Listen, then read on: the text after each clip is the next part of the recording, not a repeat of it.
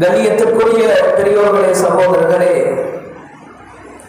அல்லாஹ்வின் அருளால் இன்ஷா அல்லாஹ் இன்னும் ஒரு சில தினங்களில் ரபியுல் அவ்வல் மாதத்தை நாம் எல்லாம் அடைய இருக்கிறோம்.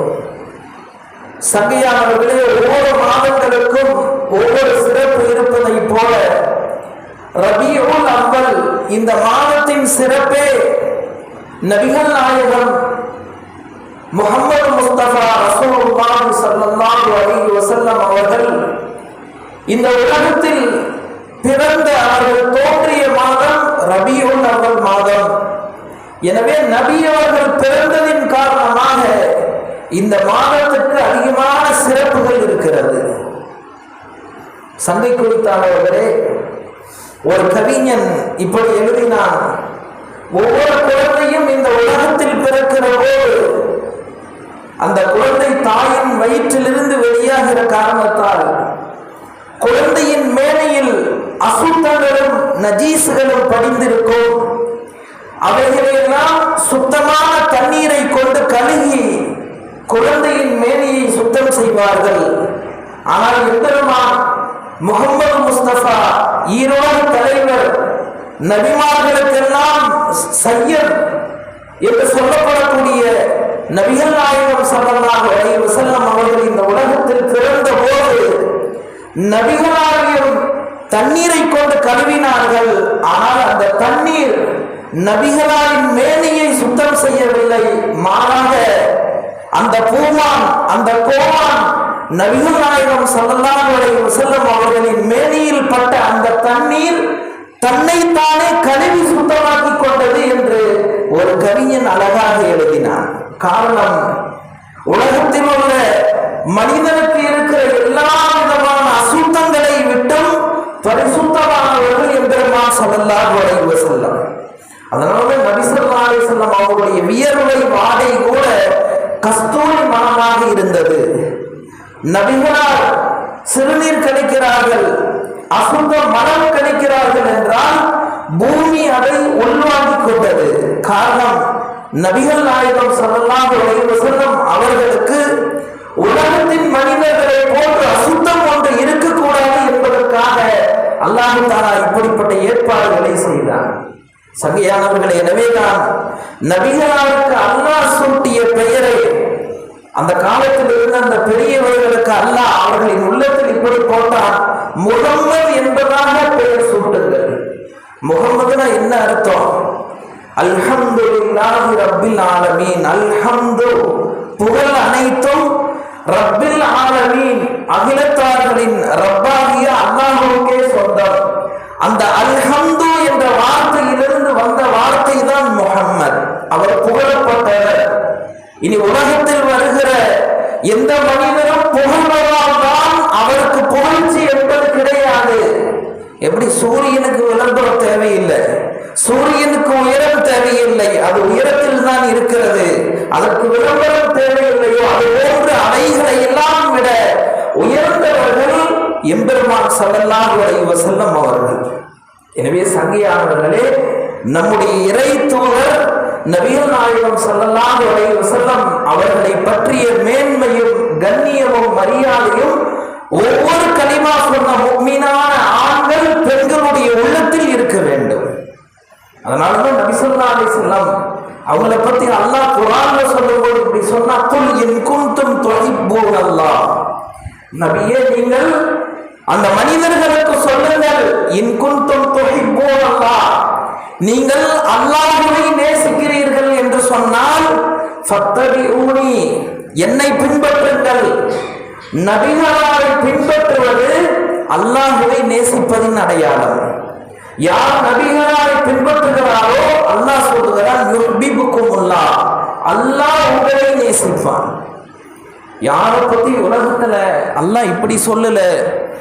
நபிகள் நாயகம் ஸல்லல்லாஹு அலைஹி வஸல்லம் அவர்களை பற்றித்தான் அல்லாஹ் இப்படி சொல்லுகிறான்: உங்களை பின்பற்றுவது என்னுடைய பிரியத்தின் அடையாளம், உங்களை பின்பற்றுபவரை நான் பிரியம் கொள்ளுகிறேன். நபி ஸல்லல்லாஹு அலைஹி வஸல்லம் அவர்களுடைய ஒவ்வொரு உறுப்பையும் அல்லாஹ் தஆலா குர்ஆனில் புகழ்ந்து சொல்லுகிறார்.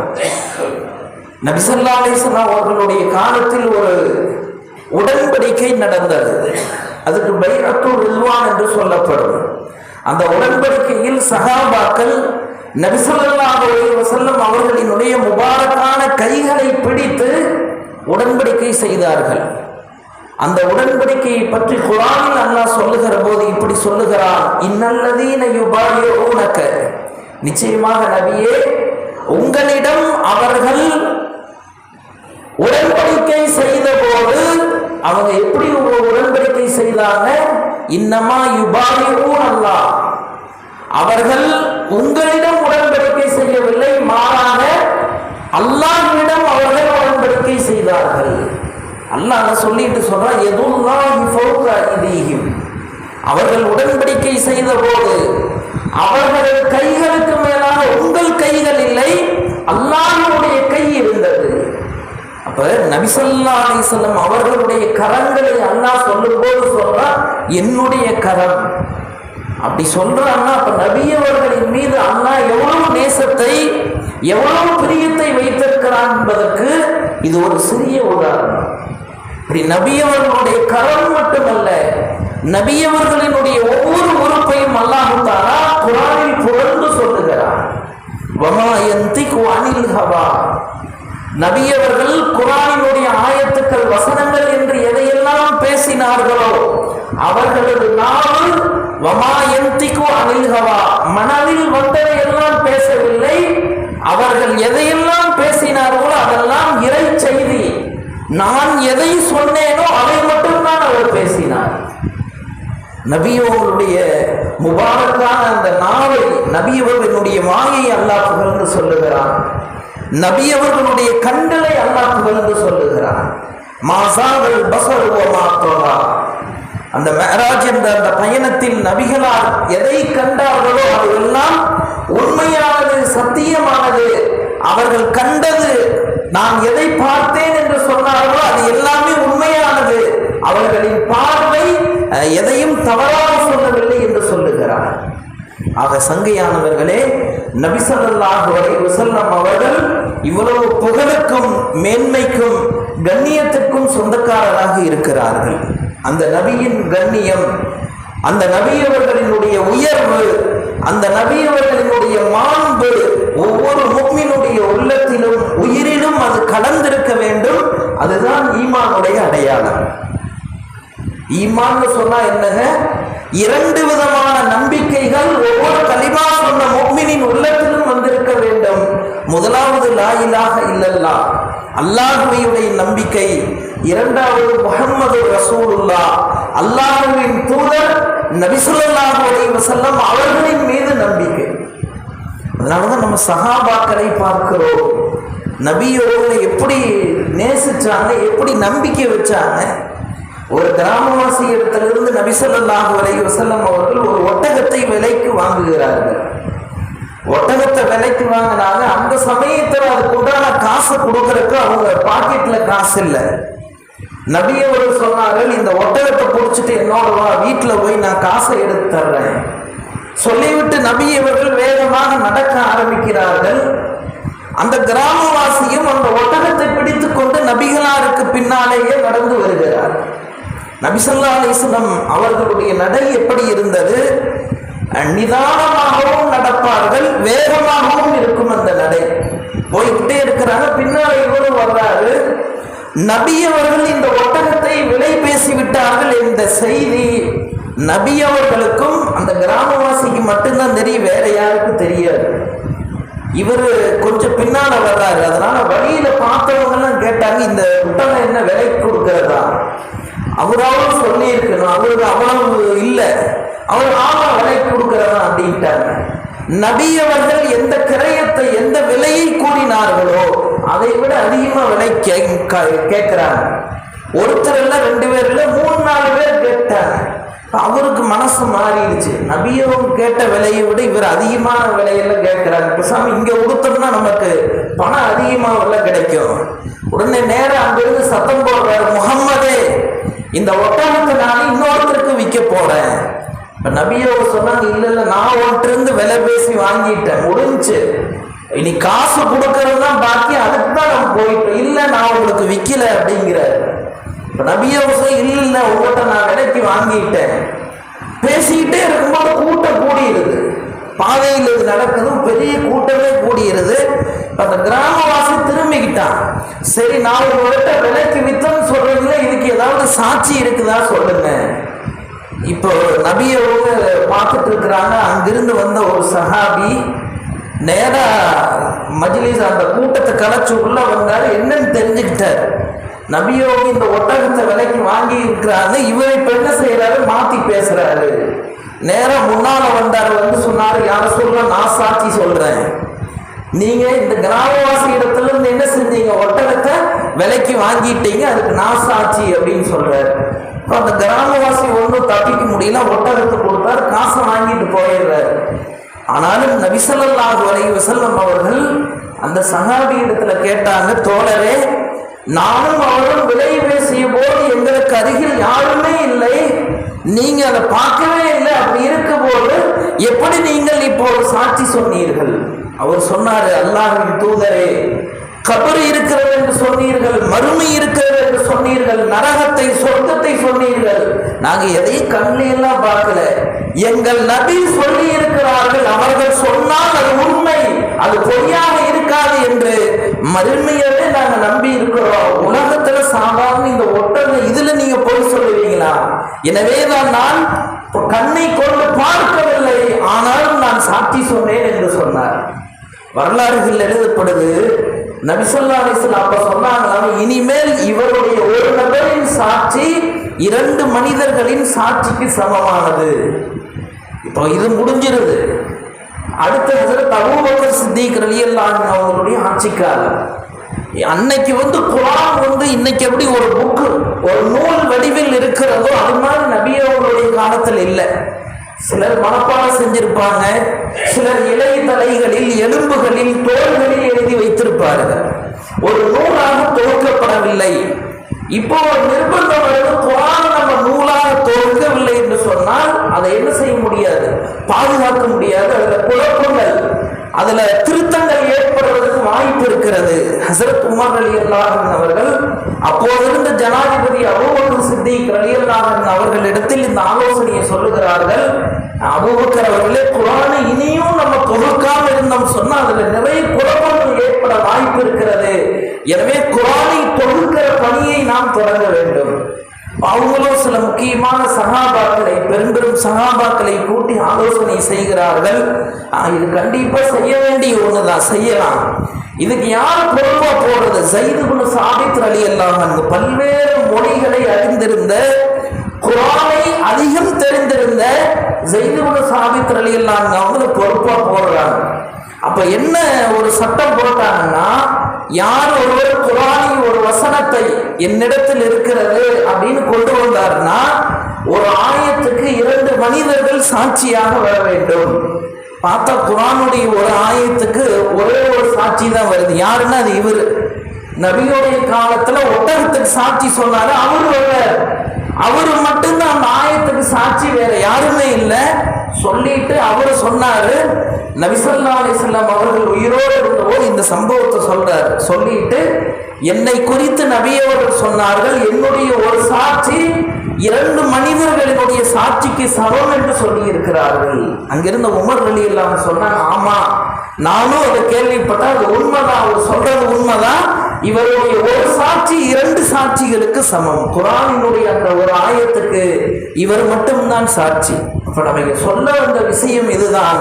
நபி ஸல்லல்லாஹு அலைஹி வஸல்லம் அவர்களின் மீது சஹாபாக்களுக்கு இருந்த அன்பு, பாசம், பிரியம், அதையும் தாண்டி அவர்களது வார்த்தையின் மீது அவர்களுக்கு இருந்த மதிப்பு. அல்லாஹ்வின் தூதர் சொல்லி இருக்கிறார்களா, அது சத்தியம், அது உண்மை. எனவே சங்கையானவர்களே, நாங்க நபியை நேசிக்கிறோம், நபியை நாங்க பிரியப்படுறோம் சொன்னா பத்தாது, அவர்களின் வார்த்தை நம்முடைய வாழ்க்கையில் எவ்வளவு இருக்கிறது என்பதை பார்க்க வேண்டும்.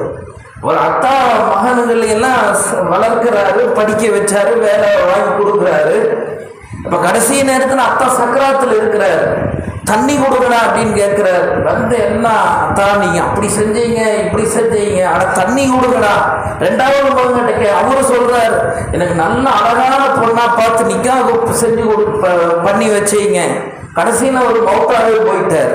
இன்றைக்கு நம்முடைய செயல்கள் அப்படித்தான் இருக்கிறது. நபியுடைய சுன்னத் எனது வாழ்க்கையில் இல்லை, நபியுடைய வார்த்தை என்னுடைய வாழ்க்கையில் இல்லை. ஆனால் வெறுமனே நாங்கள் நபியை புகழ்கிறோம். சாதாரண உலகத்தில் இருக்கிற நாளை இந்த குழந்தைகளை பெற்ற ஒரு தந்தையே அதை விரும்புவதில்லை. வெறுமனே புகழ்ந்து இருக்காது. என்னுடைய வார்த்தை அதை நீங்கள் செய்தீர்களா? சஹாபாக்கள் அதை செய்தார்கள். ஹஸரத் ஹஸ்ஸான் இப்னு சாபித் ரலியல்லாஹு அன்ஹு அவர்கள் நபிகளாரை புகழ்ந்தார்கள். என்ன காரணம்னா, அன்னைக்கு இருந்த அந்த மக்காவுடைய குறைஷிகள், அன்றைக்கு இருந்த அந்த சூழல், கவிதைகள்ல அந்த அரபுகள் அதிகம் கைதேர்ந்தவர்களாக இருந்தாங்களாமா. நபியவர்களுக்கு வகி இறங்குகிறது. நபியவர்களை கேவலப்படுத்த வேண்டும் என்பதற்காக நபியவர்களை திட்டும் விதமாக கவிதைகளை புனைகிறார்கள். இப்ப இதுக்கு பதிலடி கொடுக்கணும். ஹஸ்ஸான் இப்னு சாபித்தும் கிட்டத்தட்ட அவருடைய 80 வயது வரை அந்த அணியில தான் இருந்தார். நபியை திட்டி கவிதைகள் புனைந்தவர் தான் அவர். எப்ப இஸ்லாத்தை ஏற்றுக்கொண்டாரோ, யார சொல்லா இத்தனை நாள் நான் செஞ்ச பாவத்துக்கு பரிகாரமாக எந்த நாவும் எந்த மனிதனுடைய கைகளிலிருந்து எழுதிய வார்த்தைகளும் உங்களை திட்டியதோ, இனி வாழ்நாள் முழுவதும் நான் உங்களை புகழ்கிறேன் என்று சொல்லி நபி ஸல்லல்லாஹு அலைஹி வஸல்லம் அவங்க மஸ்ஜிது நபவியில் ஒரு மென்பரை, ஒரு மேடையை அமைத்து தந்தார்கள். ஹஸ்ஸான் இப்னு சாபித் தான் இறக்கும் வரையில் நபி அவர்களை புகழ்ந்தார். சஹாபாக்கள் வெறும் புகழ்ந்ததோடு நிறுத்தல, நபி அவர்களினுடைய ஒவ்வொரு வார்த்தைகளையும் தங்களது வாழ்க்கையில் ஆக்கினார்கள். சின்ன சின்ன விஷயம் கூட, சிறு சிறு விஷயங்களை கூட சஹாபாக்கள் தங்களது வாழ்க்கையில் அப்படியே செய்தார்கள். வரலாறுகள் எழுதப்படுது. ஒரு மனிதர் தங்கம் மோதிரம் ஒன்று அணிஞ்சிட்டு வர்றார். அவருக்கு தெரியாது தங்கம் அணிகிறது ஆண்களுக்கு ஹராம்னு சொல்லி தெரியாம அணிஞ்சிட்டு வந்துடுறார். நபி அவர்கள் அவரது கைகளில் இருக்கிற அந்த தங்க மோதிரத்தை பார்க்கிறார்கள். நபி அவர்களினுடைய முகம் மாறிவிடுகிறது. நபி ஸல்லல்லாஹு அலைஹி வஸல்லம் சொன்னாங்க, உங்களில் யார் நரகத்தை தங்களது இருப்பிடமாக ஆக்கிக் கொள்க விரும்புகிறாரோ அவர் தங்கத்தை அணிந்து கொள்ளட்டும் அப்படின்னு சொன்னதோடு நிறுத்தல. அவர் கையில் இருந்த மோதிரத்தை பிடுங்கி எரிஞ்சிட்டு போயிட்டாங்க. கோபத்தில் எந்திரிச்சு நபியவங்க போயிடுறாங்க. இப்போ கொஞ்ச நேரம் ஆகுது. கூட இருந்தவங்க எல்லாம் சொல்றாங்க, தோழரே, தங்கம் அணியறது ஆண்களுக்கு தான் ஹராம், பெண்கள் தங்கத்தை அணியலாம், பெண்களுக்கு அது கூடும். அதனால நீங்க என்ன செய்யுங்க, அந்த தங்க மோதிரத்தை எடுத்துட்டு போய் உங்க வீட்டு பெண்களுக்கு கொடுத்து அதை அணிய சொல்லுங்க. சுப்ஹானல்லாஹ். அந்த சஹாபாக்களினுடைய ஈமான், நபியவர்களின் வார்த்தையின் மீது அவர்களுக்கு இருந்த பிரியம், பாசம், மரியாதை, மாண்பு. அவர் சொன்னாராமா, வரலாறுகளில் பதிவு செய்யப்படுகிறது. அவர் சொன்ன வார்த்தையை, வல்லாஹி லா ஆஹுதுஹு அபதா, கண்டிப்பாக அல்லாஹ்வின் மீது சத்தியமாக நபியவர்கள் கோபத்தால் எரிந்த ஒரு பொருளை நான் தொடவே மாட்டேன், அதை எடுத்து செல்லவும் மாட்டேன், என்னுடைய வீட்டில் இருப்பதையும் நான் விரும்ப மாட்டேன். தங்கத்தை விட நபியவர்களுடைய வார்த்தை பெரிதாக இருந்தது. நம்மளா இருந்தா எத்தனை வியாக்கியானம் பேசியிருப்போம். நபியவங்க ஏதோ தெரியாம சொல்லியிருப்பான், என்னென்னமோ பேசணும் இல்லைங்க. இன்னைக்கு மார்க்கத்துடைய ஒரு விஷயம் சொல்லப்படுதுன்னா அது நமக்குத்தான் சொன்னாங்களா, நமக்குத்தானா அது, இல்லை வேற மாதிரியா, இல்லை நீங்க சரியா கேட்டீங்கன்னா எத்தனை வியாக்கியானம். சஹாபாக்கள் அதுக்கெல்லாம் இடமில்லை. நபி அவர்கள் சொல்லி விட்டார்களா, சொன்னதுதான். அதுக்கப்புறம் ரெண்டாவது அப்பீல்ங்கிறதே கிடையாது. சங்கியானவர்களே, இதுதான் வர வேண்டும். குர்ஆன் அல்லாஹ் இதைத்தான் சொல்றவமா, ஆதாகுமுர் ரசூலு ஃபஹுது, உங்களது தூதர் உங்களுக்கு எதை சொன்னாரோ அதை எடுத்துக் கொள்ளுங்கள். வமா நஹாக்கும் அன்ஹு ஃபன்தஹு, உங்களை எதை விட்டும் தடுத்தார்களோ அதை விட்டும் தவிர்ந்து கொள்ளுங்கள்.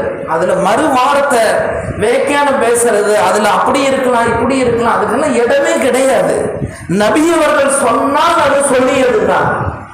எனவே சங்கையானவர்களே, இதுதான் நபி அவர்களின் மீது நாம் வைத்திருக்கிற உண்மையான மாண்பு, மகத்துவம், அன்பின் அடையாளம். அதனால்தான் குர்ஆனிலேயே நம்ம பார்க்கிறோம், இந்த குர்ஆன் இறங்கியது நபி ஸல்லல்லாஹு அலைஹி வஸல்லம் அவர்களுக்குத்தான்.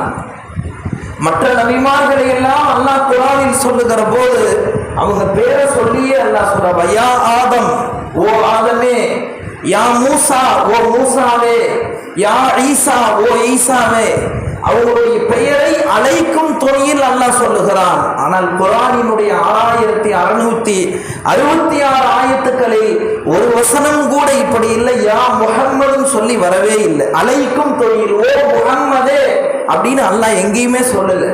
யா அய்யுஹன் நபியு ஓ நபியே என்றுதான் மரியாதை நிமித்தமாக அல்லாஹ் தஆலா நபி ஸல்லல்லாஹு அலைஹி வஸல்லம் அவர்களை அழைக்கிறான். வேறு சில இடங்கள்ல வருது நபி அவர்களுடைய பெயர், குர்ஆன்ல 4 இடங்கள்ல வருது. அதெல்லாம் அழைக்கிற துணியில வரல. நபி முஹம்மது ரசூலுல்லாஹ் அப்படின்னு ஒரு இடத்துல வருது, அது அழைக்கிறதுக்கு வரல. நபி அவர்களையும் அவர்களது சஹாபாக்களையும் பற்றி பேசுகிற வசனம் இன்னொரு இடத்துல முஹம்மது அப்படின்னு வருது, இன்னொரு இடத்துல வருது. ஆனால் அதெல்லாம் அழைக்கிற துணியில் இல்லை. குர்ஆனில் மற்ற நபிமார்களை எல்லாம் அல்லாஹ் பெயர் சொல்லி அழைக்கிறான். ஆனால் நபி ஸல்லல்லாஹு அலைஹி வஸல்லம் அவர்களை குர்ஆனில் அல்லாஹ் எங்கேயுமே யா முஹம்மதுன்னு கூப்பிடல, யா அய்யுஹன் நபியு என்றுதான் சொல்லுகிறான். அதனாலதான் நபியவர்களினுடைய மாண்பு எவ்வளவு உயர்ந்தது. சூரத்துல் ஹுஜராத்ல அல்லாஹ் சொல்றான், யா அய்யுஹல்லதீன ஆமனூ லா துகத்திமு பைன யதையில்லாஹி வ ரசூலிஹி, அல்லாஹ்வுக்கும் அவனது தூதருக்கும் முன்பாக நீங்கள் முந்தி செல்லாதீர்கள். யா அய்யுஹல்லதீன ஆமனூ லா தர்ஃபஉ அஸ்வாத்தக்கும், நபி அவங்க பேசுறாங்கன்னு சொன்னா அவர்களுக்கு முன்பாக உங்களது சப்தத்தை நீங்கள் உயர்த்தாதீர்கள். நபியை உங்களை அழைக்கும் போது எப்படி அழைக்கணும்? இன்னல்லதீன யுனாதூனக மின் வராயில் ஹுஜராத்தி அக்ஸருஹும் லா யாக்கிலூன். நீங்கள் நபியவர்களை அழைத்தீர்கள் என்று சொன்னால் ஏதாவது ஒரு விஷயத்திற்காக வீட்டுக்கு முன்னால போய் அவங்களை கூப்பிடுங்க. அறைக்கு பின்னால் இருந்து கூப்பிடுகிறவர்கள் அக்ஸருஹும் லா யாக்கிலூன், அவர்களில் அதிகமானவர்கள் அறிவில்லாதவர்கள் அல்லாஹ் சொல்றான். இப்படி நபியவர்களுடைய ஒவ்வொரு விஷயத்தையும் குர்ஆன் புகழ்கிறது. இந்த புகழுக்கு காரணம் ஒரு புகழ்ந்துட்டே போறது அது நோக்கம் அல்ல. நபியவர்களினுடைய அன்பும் நபியவர்களுடைய பாசமும் பிரியமும் நம்முடைய உள்ளத்தில் இருக்க வேண்டும். நபியவர்களை புகழ வேண்டும். அதே போல் நபியவர்களினுடைய வார்த்தையை நம்முடைய வாழ்க்கையில் கொண்டு வர வேண்டும். அதுதான் உயர்ந்த விஷயம். நபியவர்கள் அதைத்தான் நமக்கு சொல்லிவிட்டு சென்றார்கள். 2 விஷயங்களை நான் உங்களிடத்தில் விட்டு செல்லுகிறேன். அந்த 2 விஷயங்களை நீங்கள் பற்றி பிடித்திருக்கும் காலமெல்லாம் வழி தவற மாட்டீர்கள். எப்போது அந்த 2 விஷயங்களை விட்டு விடுவீர்களோ நீங்கள் வழி தவறி விடுவீர்கள். முதலாவது கிதாபுல்லாஹ், அல்லாஹ்வினுடைய வேதமாகிய குர்ஆனை உங்களிடத்தில் நான் விட்டு செல்லுகிறேன். குர்ஆன் இன்னைக்கு என்ன ஆயிடுச்சுங்கிறது ஓதாததுக்கு மட்டும் ஆயிடுச்சு. அதை ஓதுவதும் நன்மை, அதோடு அல்ல அதனுடைய கருத்துக்கள் அதனுடைய போதனைகள் நம்முடைய வாழ்க்கையில் செயல் ரீதியாக வர வேண்டும். இரண்டாவது நபி அவங்க சொன்னாங்க, சுன்னத்து நபியிஹி, அல்லாஹ்வின் தூதருடைய சுன்னத்துகள். நபி அவர்கள் சொன்னார்கள், என்னுடைய சுன்னத்துகளை நான் விட்டு செல்லுகிறேன். அதனால சங்கையானவர்களே, இதுதான் உண்மையான பிரியத்தின் அடையாளம். நபி அவர்களுடைய சுன்னத்துகள் நம்முடைய வாழ்க்கையில் வர வேண்டும். இன்னைக்கு உலகத்திலேயே சாதாரணமாக நம்ம பார்க்கிறோம், சினிமா நடிகர்களை பிரியம் கொள்கிற எத்தனை ரசிகர்கள் அவர்கள் அணிகிற ஆடைகளை அணிகிறார்கள், அவங்கள போல முடிய வச்சுக்கிறாங்க. விளையாட்டு வீரர்களை நேசிக்கிற எத்தனையோ ரசிகர்கள் அவர்கள் அணிகிற ஆடைகளை அவர்களை போன்று முடிகளை எல்லாம் எடுத்துக்கொள்கிறார்கள். உலகத்தில் இதுவெல்லாம் அழியக்கூடிய நேசம், அழியக்கூடிய அன்பு, அழியாத நேசம், அழியாத அன்பு ஒரு முஃமின் தூதரின் மீது, நபி ஸல்லல்லாஹு அலைஹி வஸல்லம் அவர்களின் மீது வைத்திருக்கிற அன்புதான் அழியாத அன்பு. இந்த அன்புக்குத்தான் அல்லாஹ்விடத்தில் கண்ணியம். அப்ப அன்பு வைக்கிறன்னு சொல்ற நம்முடைய நடத்தைகளும் செயல்களும் இன்று எப்படி இருக்கிறது? ஒரு சாதாரண விளையாட்டு வீரனும் சினிமா துறையில் இருக்கிறவனை ரசிக்கிறவனே அப்படி அவனை போல தன்னை மாற்றிக்கொள்ள முயற்சி கொள்ளுகிறான். நம்ம நபியை பிரியப்படுறோம் சொல்லிட்டு நபியவர்களுடைய வாழ்க்கை, அவர்களின் தோற்றம், அவருடைய வார்த்தை, அவர்களுடைய செயல்கள் நம்மிடம் இல்லை என்று சொன்னால் இது பொய்ன்னு தான் அர்த்தம். எனவே சங்கையானவர்களே, நபி அவர்களை நேசம் கொள்ள வேண்டும். இது ஒரு முஃமினுடைய அடையாளம். நபி அவர்களினுடைய வாழ்க்கையை நம்முடைய வாழ்க்கையில் கொண்டு வர வேண்டும். எனவே வல்ல அல்லாஹ் சுப்ஹானஹு வ தஆலா நம்முடைய வாழ்க்கையினுடைய எல்லா நிலைமைகளிலும் நபி ஸல்லல்லாஹு அலைஹி வஸல்லம் அவர்களை பிரியம் கொள்ளக்கூடியவர்களாக, நேசம் கொள்ளக்கூடியவர்களாக, அவர்களது ஒவ்வொரு சுன்னத்துகளையும் அவர்களது ஒவ்வொரு வாழ்க்கையின் ஒவ்வொரு விஷயங்களையும் அணுவணுவாக பின்பற்றக்கூடிய நல்ல பாக்கியத்தை அல்லாஹ் நம் அனைவருக்கும் தந்தருள்வானாக.